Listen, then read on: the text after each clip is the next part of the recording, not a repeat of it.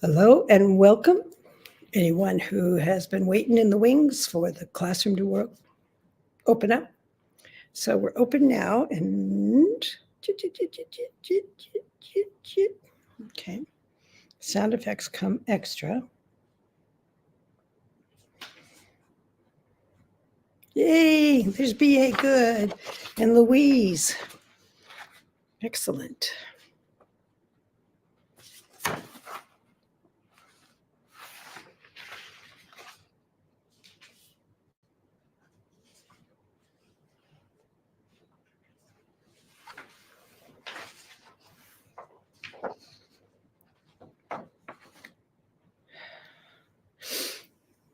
Beth Ann, there is a posting that you posted to me directly with some feedback, and I am looking into that. I really appreciate that you let me know. Hope's on board here. And then we have someone from Carbondale, Jacqueline from Colorado. Excellent, Jacqueline. And I saw the post for your homework, Jacqueline, that got posted here about 11 minutes ago, and I haven't had time to respond to it before I got everything ready for today's live event. Give it about another minute or so. Hope from Nashville, excellent.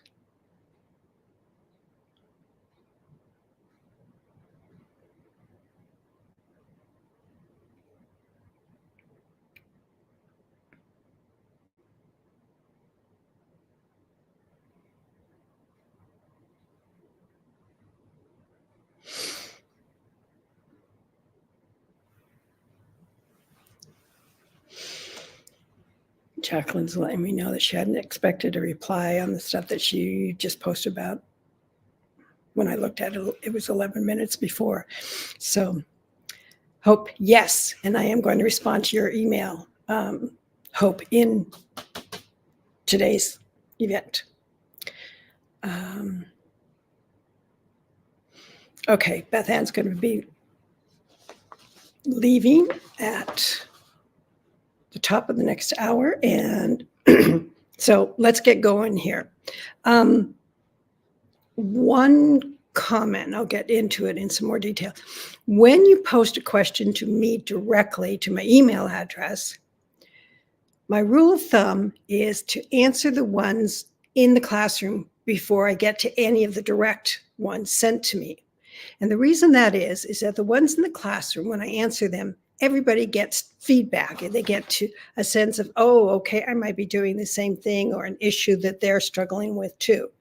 So that's why when you post directly to me, it may take much longer to get a response back because now I am doing both homework in the classroom, but also the one-on-ones. And I just cannot get to the questions or comments posted directly to me. Okay, so that's why if you have something, if you post it to the classroom first, there's a better chance that you're going to get feedback. But let me go over some of the questions that folks had.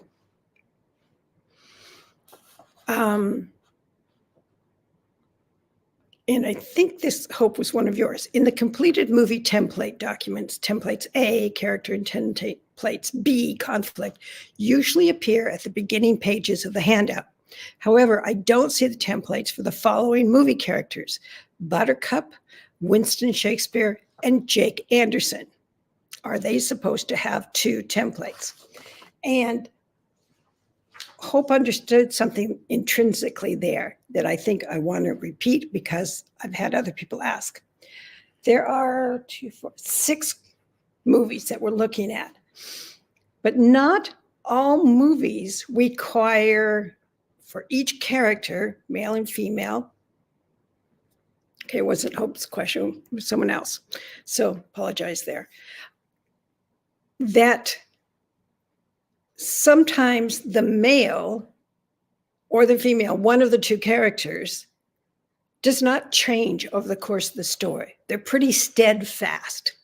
And when you look at the characters of Buttercup, she did not change over the course of her story. Same with Winston, who was in How Stella Got Her Groove Back. He was pretty steadfast. Once he decided that he was attracted to her and wanted to make something happen, he stayed very, very consistent. And Jake Anderson, the same issue. So movies like True Lies, the wife is a level 1 story. She didn't do a lot of changing. She had a lot of presence in the story, but she did not do a lot of changing. So she only got 5 templates, and that's not including A and B. So it's usually template 1, template 5, template 8, template 10, and then template 11 to round up the story. Princess Bride did not change a lot. So she only got 5 templates. And I think in Must Love Dogs, I don't know that he changed a lot either. So that's why you can do this with yours. You don't have to, only if you have a main character that's going to change, are you going to do the more templates. Okay, so A and B, you don't need to know what their belief system is, etc., because it's going to be consistent throughout the story. So that's why I want to show you that, particularly as you start using the templates moving further into your writing career, don't think that you have to use all 12 templates for both characters. Otherwise, you're going to drive yourself crazy, because you're going to try and find the belief system, and you can probably find one, but it's not going to change. So when we're talking about this, the belief system shows the reader what's going to change for the character. That's why it's there. So instead of making them, they start out a curmudgeon and at the end they are a hardy character, that's a huge change for a character. But you can, like the main character in A Man Called Ove, that character did change from a curmudgeon at the beginning. So he would have a template 1, A and B, plus all 12 templates, because he was still grieving his wife. And at the end of the story, he realized he had a part in his community, his neighborhood, that was more than just being the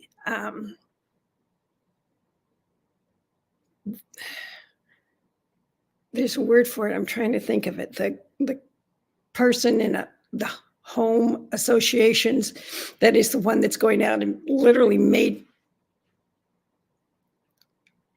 determining how tall everybody's grass is, or how close something is parked to something else, or if somebody left something on the front porch and hadn't picked it up in 24 hours, those kind of, the association cop.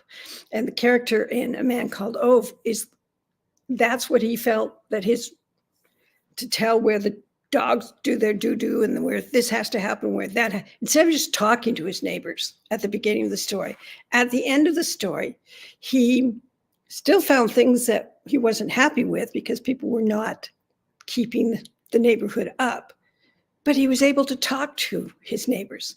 So that kind of character gets all 12 templates. But a character that is just going to be consistent and going to be there for the other character, there's no need for that.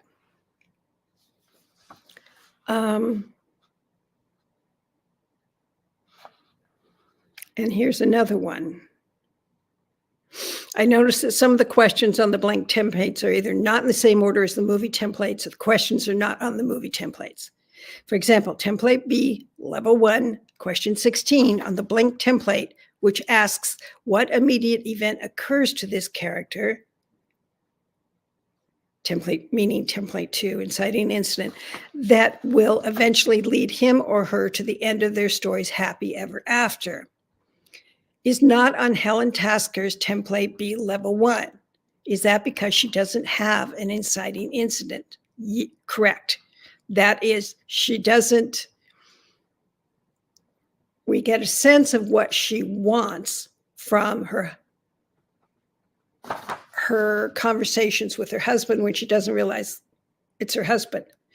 So we get that information, but the inciting incident, she's just doing her everyday thing and trying to find something that her connection with this other man was not a love affair like her husband was afraid of, but it was a sense of, I'm trying to do something right. I'm trying to do something bigger. And that comes out later, but she doesn't have all the templates that she needs. She doesn't have to use all the templates. Okay. Ziona, I don't know if you're in here today because you posted a comment that said the character has a flat arc. He has to overcome his misbelief about love, but no arc beyond that. And so I wanted to make it clear, if you're writing a romance, the arc is about the love. So it's not going to be a flat arc. It's going to be the same going up the mountain arc, going up the mountain until you reach the black point, and then you come off the mountain, you resolve it. It is growth and change for this main character. So the arc is not flat. If it was flat, the story would be over the minute he takes action in template 5. So Ziona, if you see this, we're going to talk Tuesday on our 101, so we can discuss it there. But in case that may mean, that definition, flat arc, might mean something different for Ziona than it does for me. But that belief system starts at the beginning of the story and goes all the way to the end of the story. And if it doesn't, if, for example, in the middle of the story, when the relationship has changed, the character may have a variation and modify their belief system somewhat.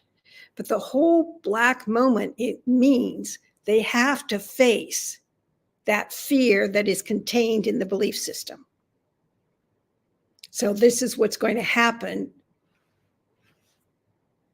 in the middle of the story by the 10th template.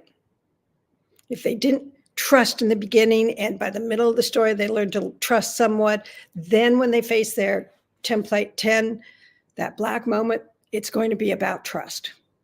It's not going to change and all of a sudden being about commitment or being about betrayal or any other issue. It's going to be the same issue. Okay, and then this, I believe, was Jacqueline. I printed it off for today because a couple of people did this. Exercise 6, all right? What specific action does your character take a quarter of the way into the story that impacts the romance and in at least a small way begins to change the character? Label the choice, the decision, and the specific action taken. Jacqueline, I'm not picking on you here, but I was noticing a number of people were starting to do this. Choice, how can I get the money to buy the house? That's not a choice. That's a question about how do I reach this goal? The choice has to do with, do I do this to get the money or do I do that to get the money?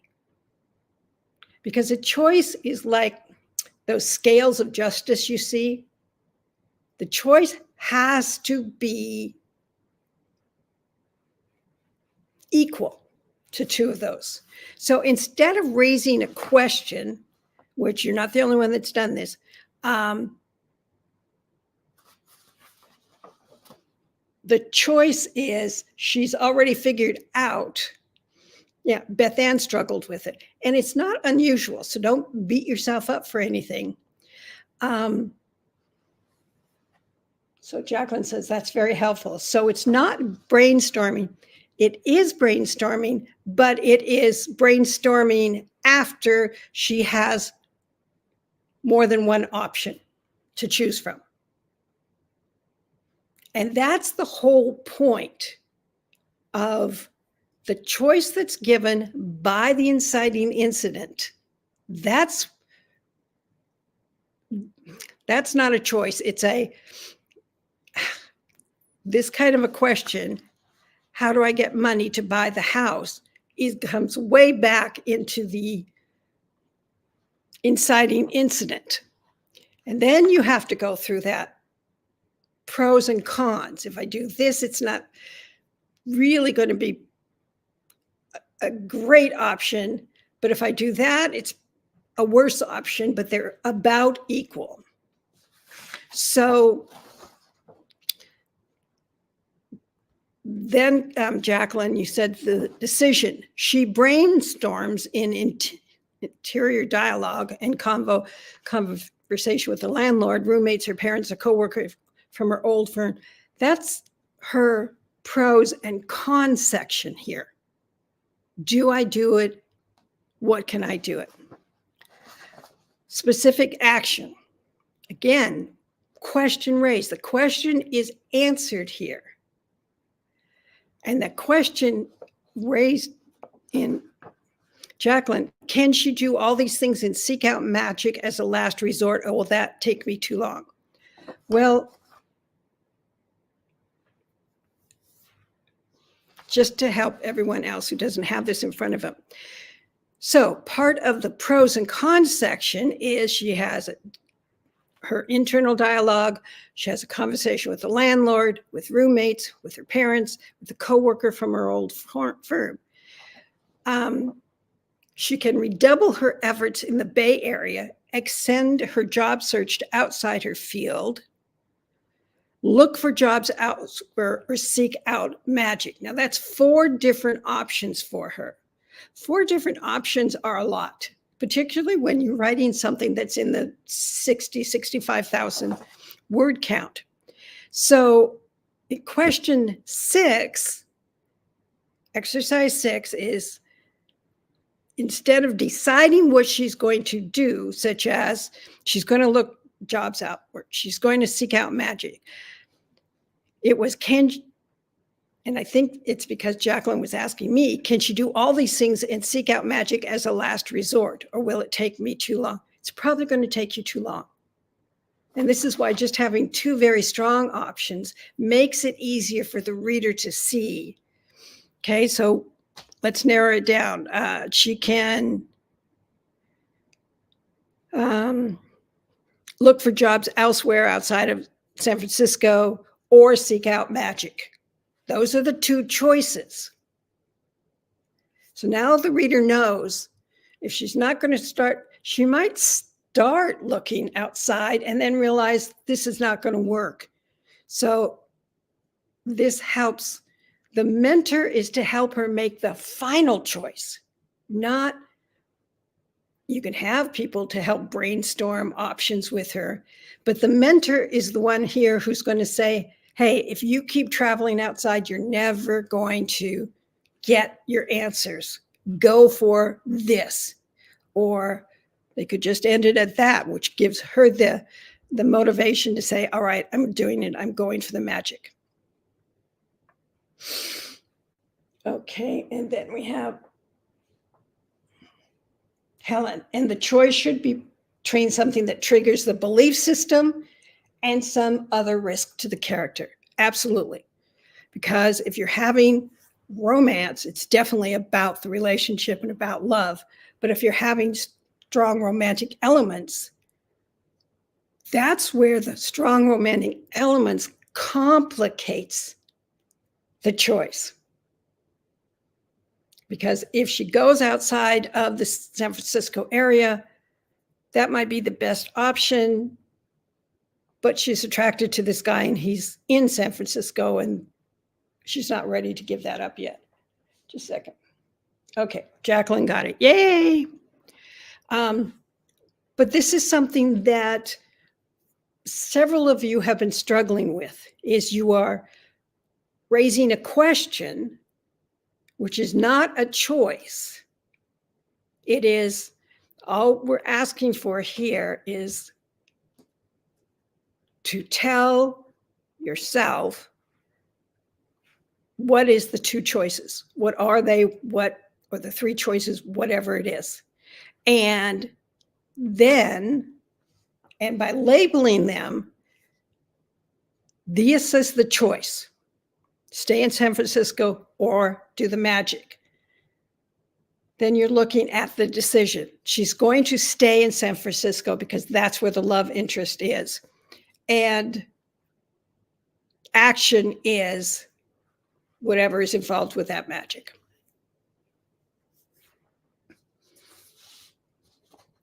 Now, when we talk about brainstorming, too, the reason this is different than just brainstorming here, this is getting clear. So it's after you've been doing the brainstorming. But this is why you can actually use the templates to create a synopsis. Because this is how you write a synopsis. This is my character. This is what they're afraid of, or this is what they believe. This is the inciting incident. And then you go into what is that happens at a quarter of the way into your story, which is the choice, decision, and action. And that it triggers the fear about love, or the fear about the risk involved to solve a mystery, or whatever it is if you're doing nonfiction. Then in the middle of the story, strong romantic element means you're focused on the external story goal, how to solve that mystery, how to stop that external threat. But the relationship gets in the way.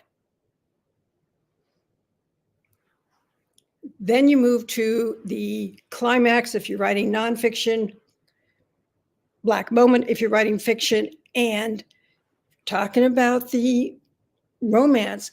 It's not about the external. It's about what happens to the couple, what happens to the love that had been developing up to this point. And it can be problematic because when we're writing something with a strong external plot line, it's a lot easier to figure out what bad thing's going to happen there than it is to think about the romance. So keeping the romance to your front and center, if you're writing a romance, is paramount when you are writing something with a strong external storyline. So the main reader is reading for that romance. The secondary reader is going to want it all about how do you fix that problem. And you are, as the author, are juggling these. So again, one of those ways that you show the reader what kind of story you are is when you get to those 3 points in your story, what's the focus? What's the issue that's the character is dealing with this? And if you start finding yourself, so you have a mystery that you think is a romance because it's got a couple there and they might get together, but you get to that first template 5, that first hard choice, decision, and action, and you find that you're focused on the mystery.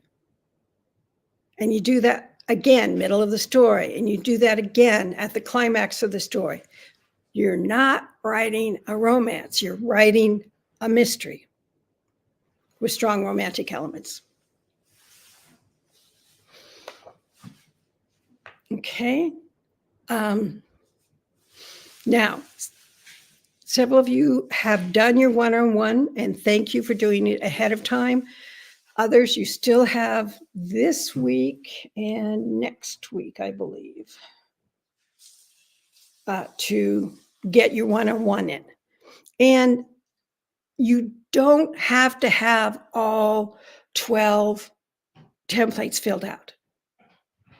We're going to talk in general, the big arc of the story, which is template 1, 5, 8, and 10. Get those down. And then as you go deeper into understanding the nuances of the in-between templates, they make sense.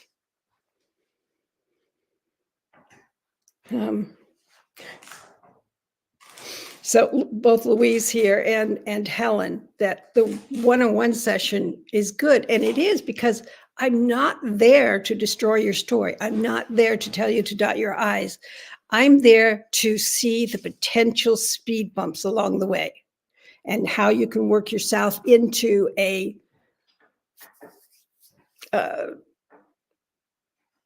getting tied up deeper in the story. So the people who've already done it, they survived. Yes, they might have spent time at the bar afterwards, but they find that it makes it clearer. And that's the whole intention of the one-on-one. You don't get that opportunity without, as a writer, you're sending stuff off to editors and agents. You don't get feedback. And that's why it's part of this course. Hope, the way you schedule a one-on-one is you email me. I take sessions anywhere from 10 a.m. West Coast time to 9 p.m. West Coast time. So I'm trying to be flexible. So you let me know this day and this day might work. I'm looking for something around 11 o'clock West Coast time. So if that doesn't work for me, we go back and forth until we find a time that works. And that's the whole intention of it. And it is something that can save you a lot of years, literally, in trying to figure out how to write a romance or how to write something with romantic elements so that the romance doesn't overwhelm the external storyline.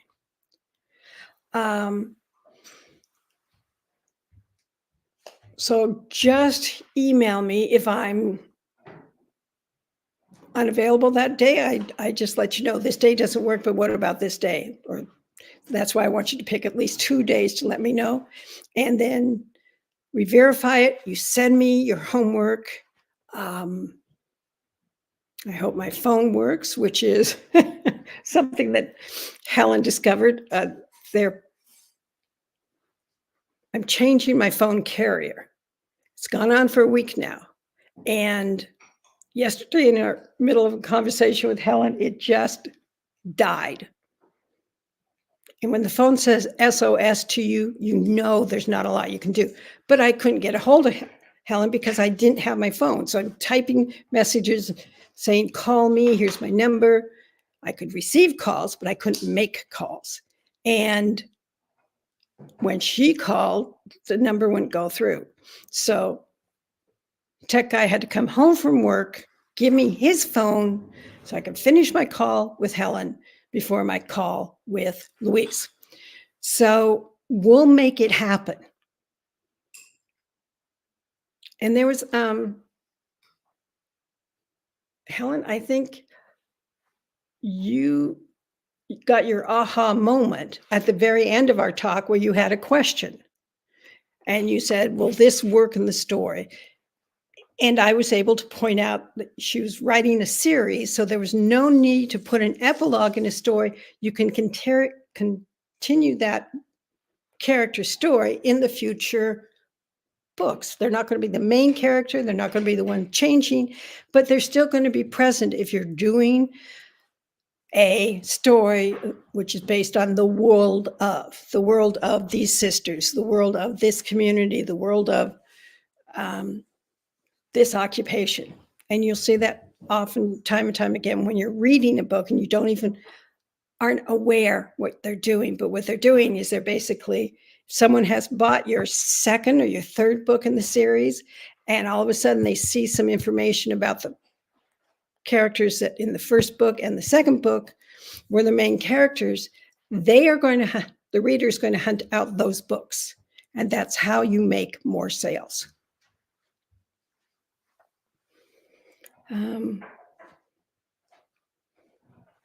Okay, so this coming week, we should be looking at middles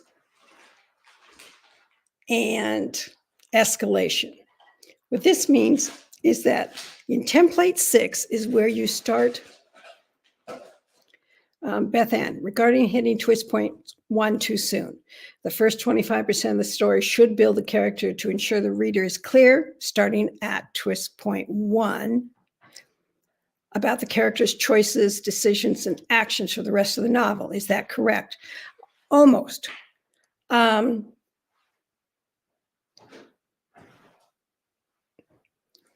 first twist point is 25% into the story. That's where things start to change. We call it a twist point because, okay, here's the piece of paper. When you hit a twist point in the story,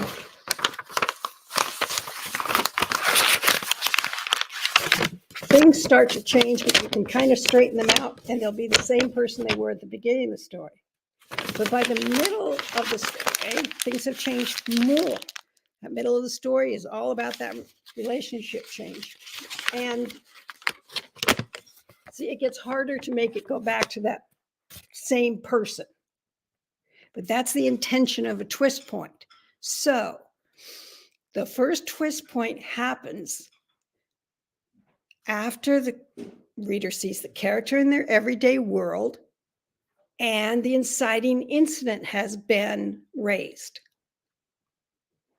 Only when the inciting incident has been raised that brings a question, should I or shouldn't I do something, do you get into the pros and cons, template 3. Now, if I did this, this could happen. If I did that, I might screw this up. And what happens then is then you bring in the mentor, and the mentor helps give that little bit of a nudge, and that nudge leads to a specific action, and that's the first twist point. And this way, in the pros and cons, template 3, is where you get some of the backstory. When we look too often with backstory, the backstory is often dumped in the first, at the beginning of the story, trying to let the reader understand what you as a writer understand.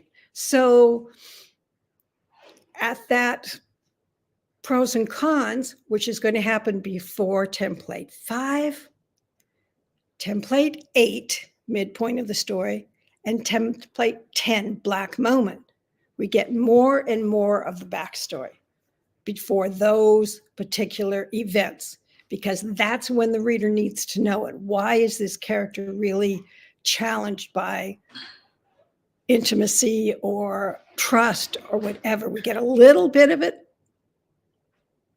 near the beginning of the story with this pros and cons, but that way you're not doing this happened 5 years ago and it was really bad, and as a result she's feeling like this or he's reacting this way. We don't get that thunk, that big pocket of information. It's threaded in a way that does not stop the forward momentum of the story. Okay, does that help a little bit, Beth Ann? So next week, what we're going to be doing in the lectures is looking at template 6. Oh, excuse me, I'm allergic to it. Template 6 is where you get that secondary storylines or the subplots. The reader has engaged with your primary characters. A big question has been answered. The inciting incident question has been answered in some way at that template 5 because the character takes an action. So now you can shift the reader's attention up slightly to a different set of characters or to the external plot line. This is where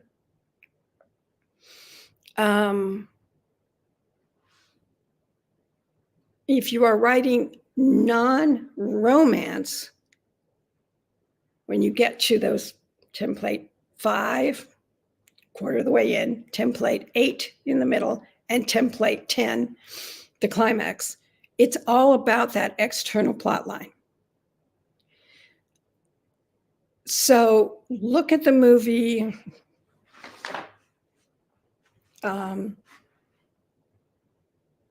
True Lies. He has 12 templates to do with his job, which he's CIA or something, and he's trying to stop the terrorist. But then what happened was he found out that his wife may not be faithful to him. And so his attention, template 6, shifted to what was going on with his wife and what was happening with this meeting another man situation. So first he got information that the terrorists were on US soil, but he still, because it has strong romantic elements, turned his attention away to find out what was going on with his wife. Then in the midpoint of the story, because he was setting his wife up to get the true story out, to find out what was going on, the terrorists were coming after him, and his wife just happened to be there. So he took both of them hostage. Now, that's really going to make extra conflict for the male character, because now if she was not there, he might be able to just find a way to escape on his own.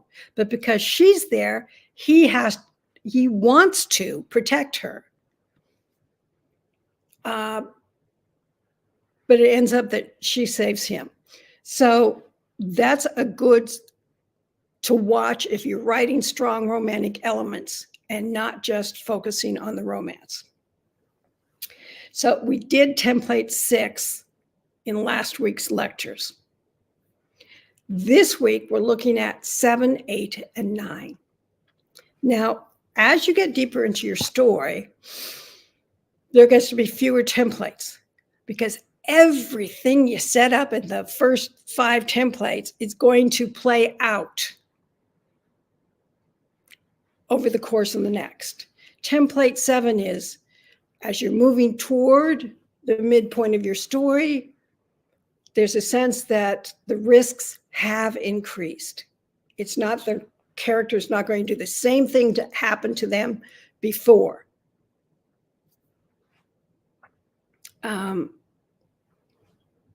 You're looking at, so let's say at the first twist point, which is template 5, the character ran away.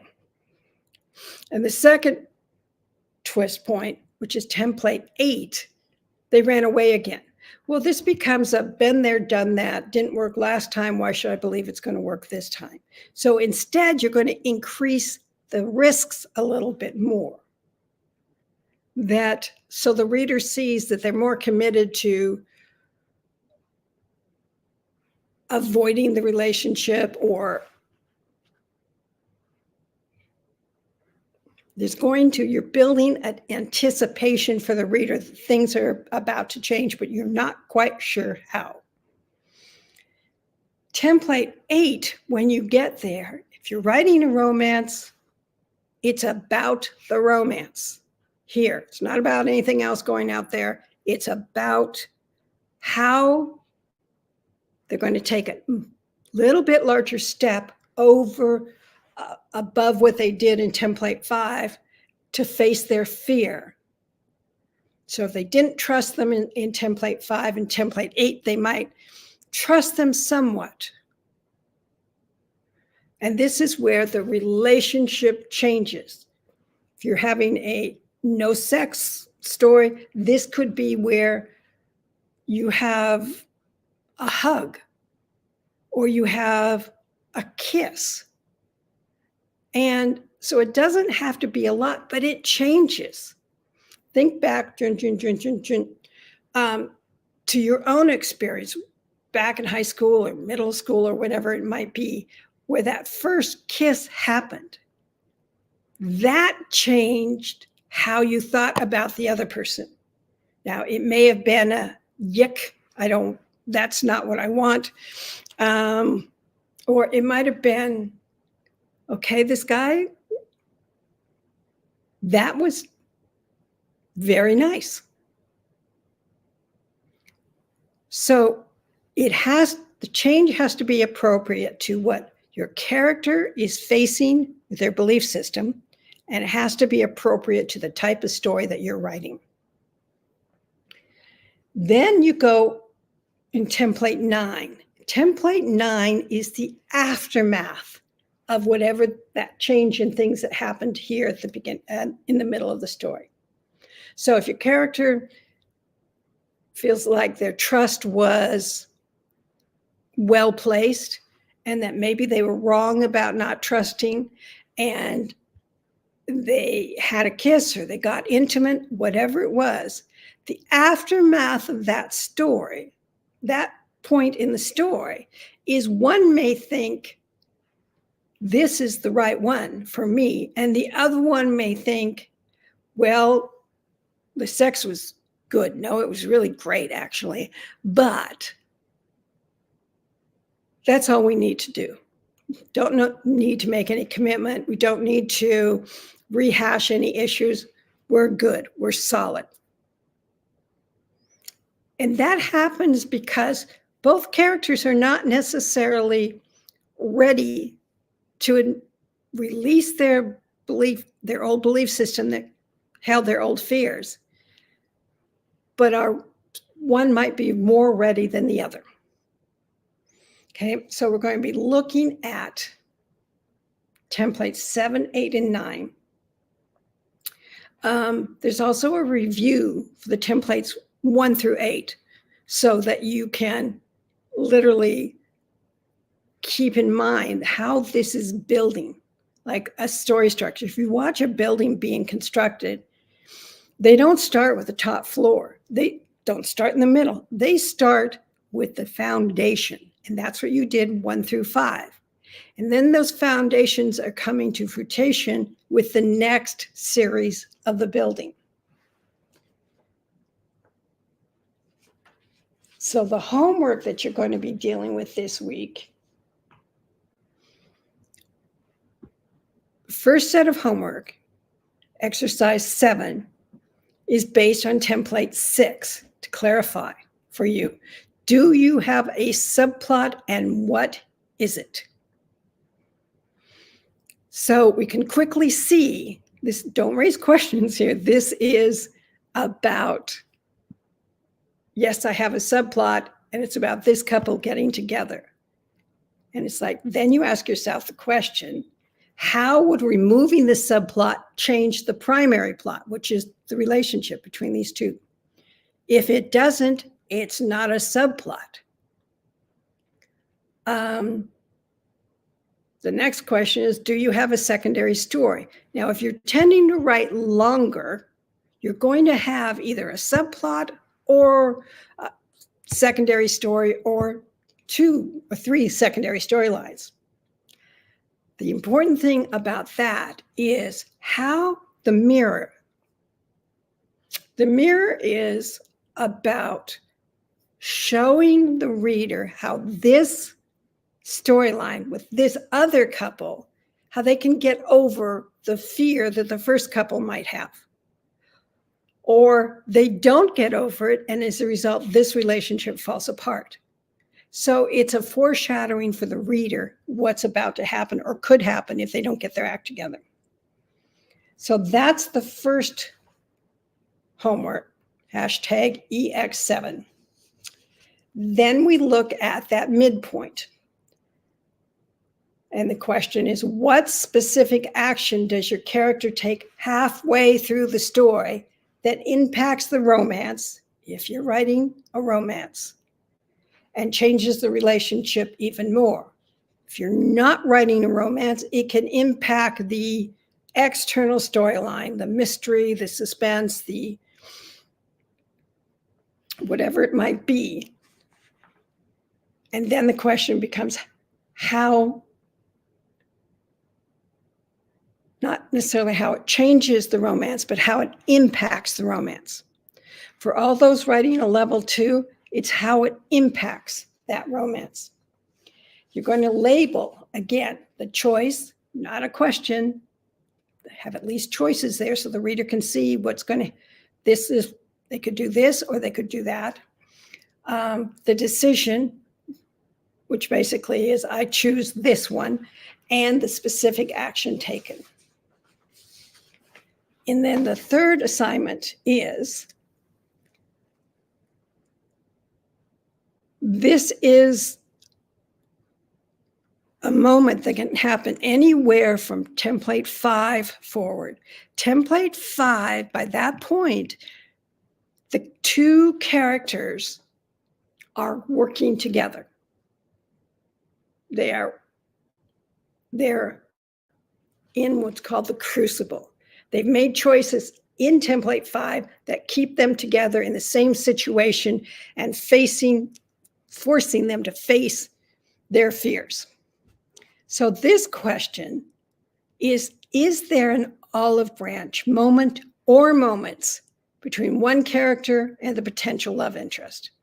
Again, usually happens before template 5 and oftentimes, or after template 5, before midpoint of the story, template 8.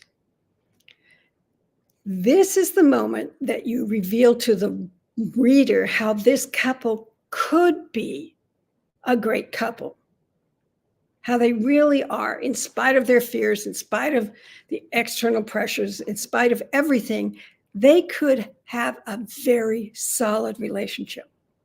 And the reader needs this in order to believe and root for them to get that relationship.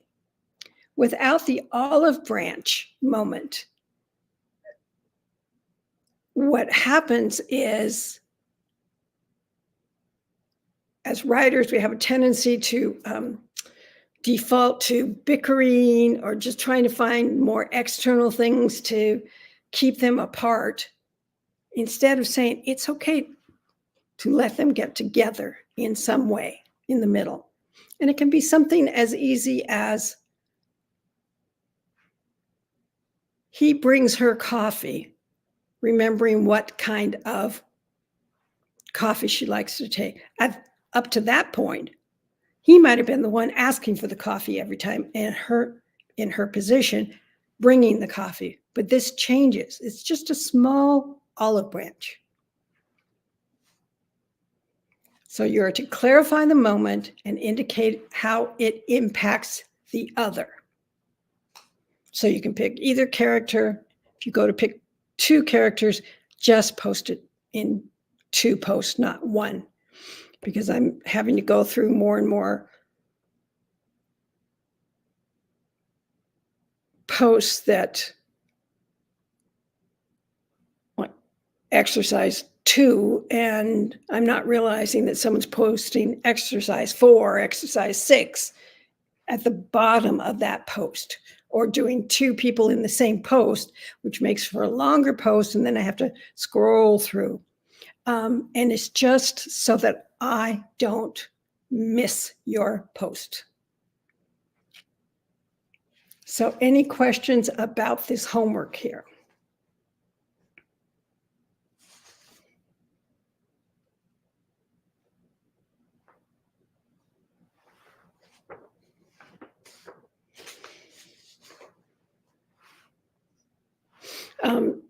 Beth Ann said that the movie True Lies was especially helpful to her with her story, which her characters are level 2 characters, both of them. So when you're getting to work with the level 2 character, that finding, and that's why they're labeled in this list of movies that should be picked, older movies, so it'd be easier to find them, whether it's at the library or online streaming, or instead of trying to find something that just came out and having to hunt it down.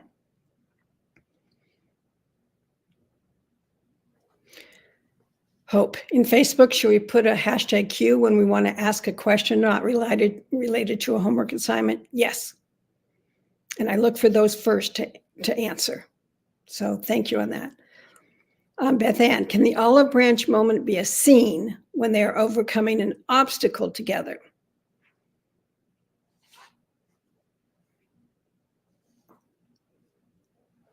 The likelihood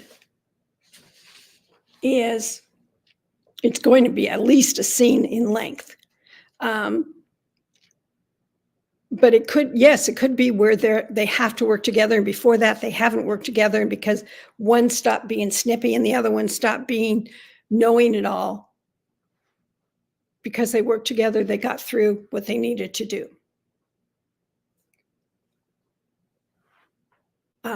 So it can be all sorts of things. It simply shows that the pattern that they've had up to that point is starting to change. Okay, does that help, Beth Ann, there? Then we have Helen. Let's see, how many olive branch romances how many olive branch moments in most romances? We're talking about anything from 25,000 word story up to 110, 120,000 word story. The more your story, the more you have the opportunity to post olive branch moments.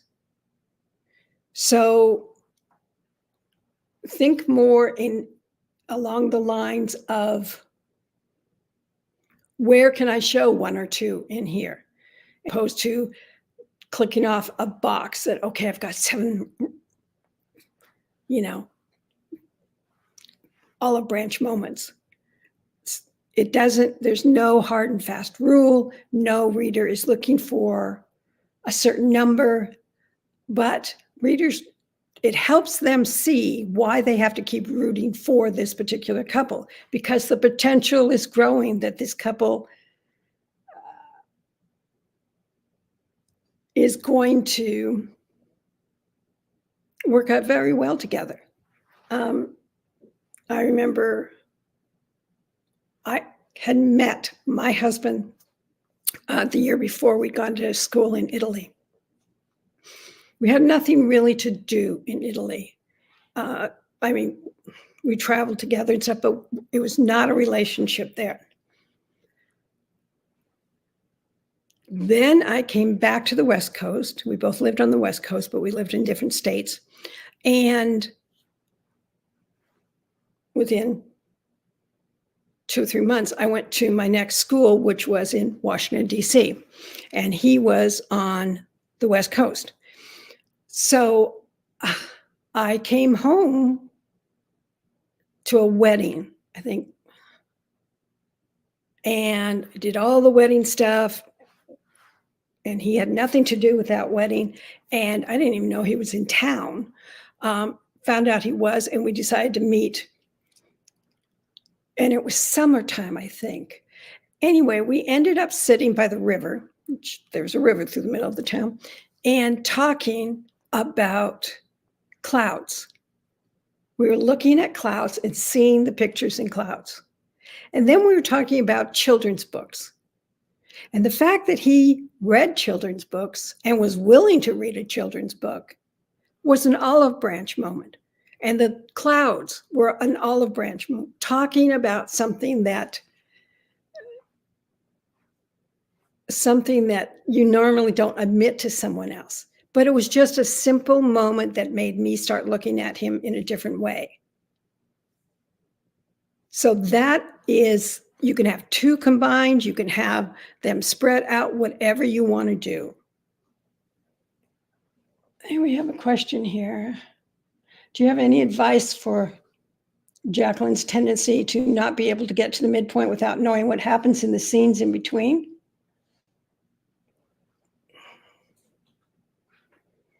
Well, basically, when we do our one-on-one, Jacqueline, that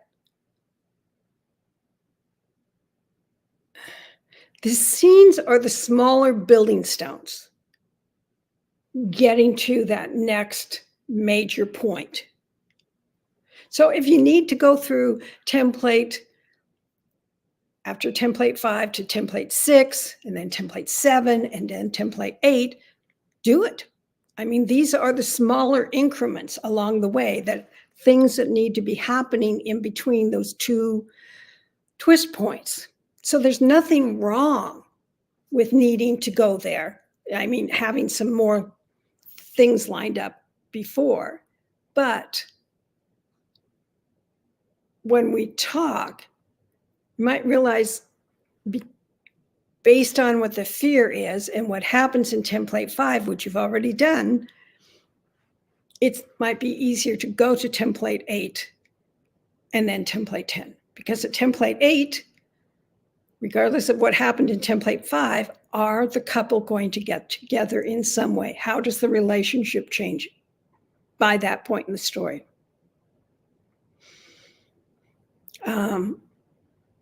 So if you want to wait until the last week of class to do your one-on-one because you've done the templates in between, we can do it that way. But I think it might be easier than you realize. You're putting too much pressure on yourself here. Either that, or you tend to be I call it micro-plotting. Suzanne Brockman was a micro-plotter. She needed to write 100 pages of all the stuff that could happen along in the story before she ever sat down and wrote the story. Now, when you're only going to write 300 pages and you've written 100, that's microplotting. Hope points out, I can find lots of olive branches in Hallmark movies. Absolutely. That's because Hallmark movies are all about the warm and fuzzies. Oftentimes they have an external storyline, but it's not anything that's going to impose on the relationship. So it keeps the relationship front and center. And the more times you see that this couple would be so good together, the more time other characters remark on, you've got it bad or whatever, the more it's foreshadowing for the reader that these two people should, because I don't think they have werewolves or silkies or anything on Hallmark movies, but the fact that they can be together and you want them to get together. So the more olive branches, the more you're going to aim towards that warm and fuzzy feeling of a Hallmark movie. All right. Helen says, once you get a secondary story going, is there a certain way the twist points of the secondary story have to relate to the twist points of the primary romance? Yes, you have to. The romance, because in Helen's situation, she's writing a romance. So the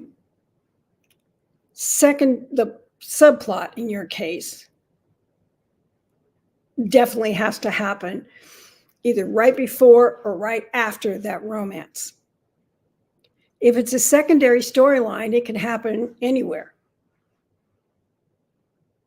because it's letting the secondary storyline is letting the reader see the possibilities about if these two can make it work. So those can happen anyway, but the subplot has to happen right before or right after.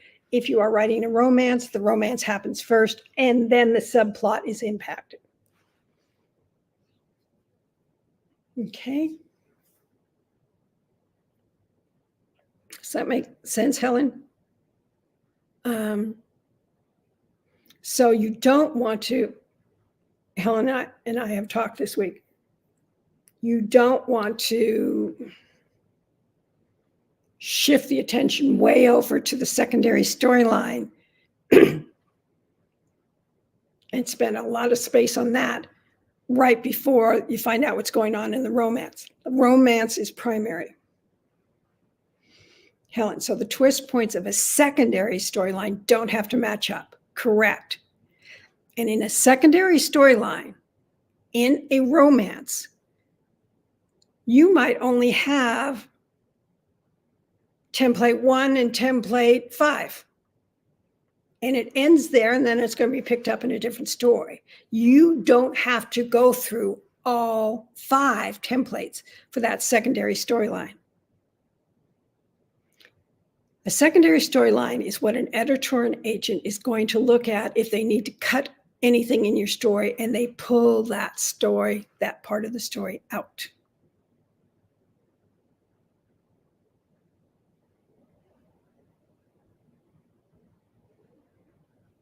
Okay. Other questions here? All right, Beth Ann's off. Good. Glad that you showed up today. And I will respond to your input that you sent directly to me. So you'll be getting, I have to dig in more about the templates to find out the answer to your story. And the same with Hope.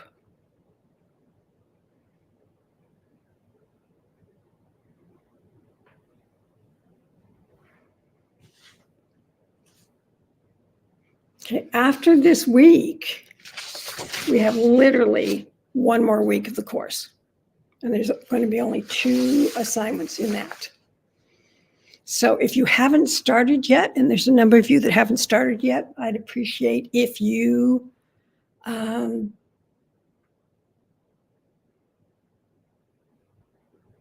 this is your class. You get to use it any way you want to.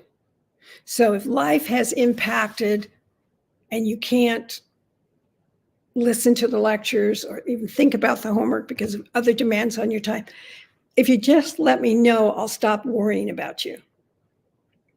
But I don't want you 3 weeks from now saying, oh, I wish I would have gotten feedback on this, or you're just catching up with, or posting the first couple of homework assignments, which those who have posted have found out, a lot of them, that it's a lot harder than it looks to get those traits, those characteristics. And we're at the end of the class and end of our time together, and you don't get the kind of feedback that everybody else has been getting. So I don't want people to miss out on that. So even if you're listening to this as a replay, take advantage of the next 2 weeks.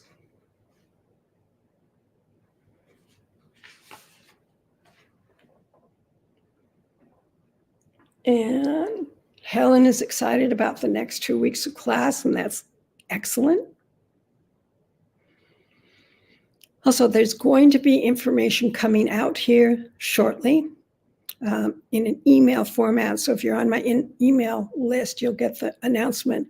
There's going to be sexual tension is the next 4-week course. And that is going to be starting here within about 2 or 3 weeks after we end this course. But there's going to be another challenge that goes on with that. So if you haven't signed up for the newsletter, that's the best way to get the information and also get the discount for the class. And all you have to do with that is go over to the Facebook page or my website, Mary Buckham on Writing, and you'll find the how to sign up for that. And if you can't, just send a letter or an email that says, I want to be part of your newsletter list, and I will have Tech Guy fix that.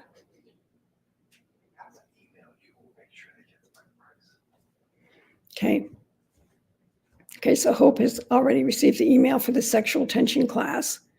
And again, that's so that you get the discounted price. That's the best price people get.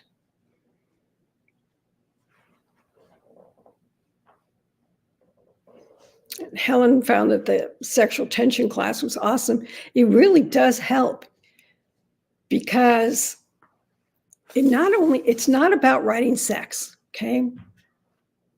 Yep, Hope I have you on that class. So we're good to go there.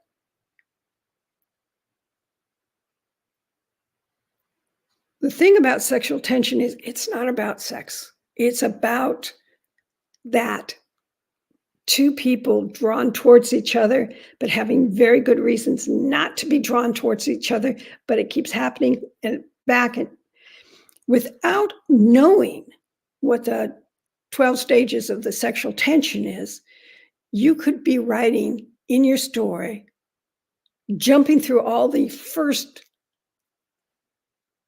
stages that are visited multiple times and gets the reader waiting for something more. And if you don't have them, and then you just jump from, and you see it with, I see it all the time with TV shows or movies where it's like, yum, yum, yum, yum, yum. Oh, let's have sex. And it's like, but there's been no sexual tension between these two people. There's just been arguments. And we're supposed to believe that this couple is going to get together and it's going to be meaningful.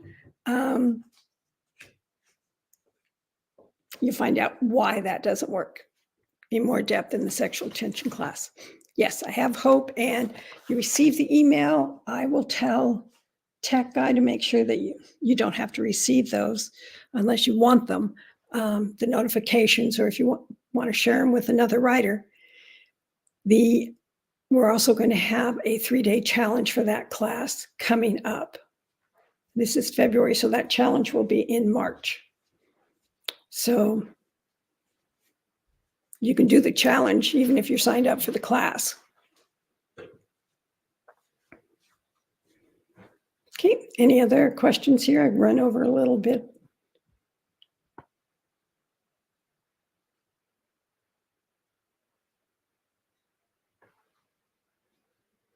Okay, and after, just because I don't want to forget, after the sexual tension class, there'll be 2 or 3 weeks, and then there's going to be the body language class. And that's, if you ever get feedback that someone is not really feeling or has empathy with your character, or feels that the characters are just acting but not showing motivation or conflict or anything, body language is what can help that. So, Louise, I'm glad you enjoyed the class, and I appreciate that you took your one-on-one already. And for those who have not, just send me an email and we'll get it set up and good to go. Even if you want it at the end of the class, if you send it to me now, what day's work on the last week, then I can make sure that I save that time opening, because the end of the class gets very hectic from my end trying to get responses to people. And I want to make sure that you get covered. Hope's also in the body language class. Hope is on top of things. She's planned the year of making a difference in her writing. So thank you for being here today. I really appreciate it. I will see those who can make it next Saturday, same place, and look forward to answering your postings in the classroom and your questions that you have in the classroom, also setting up those one-on-ones. So take care, have fun with your writing, and we'll be in touch. Okay.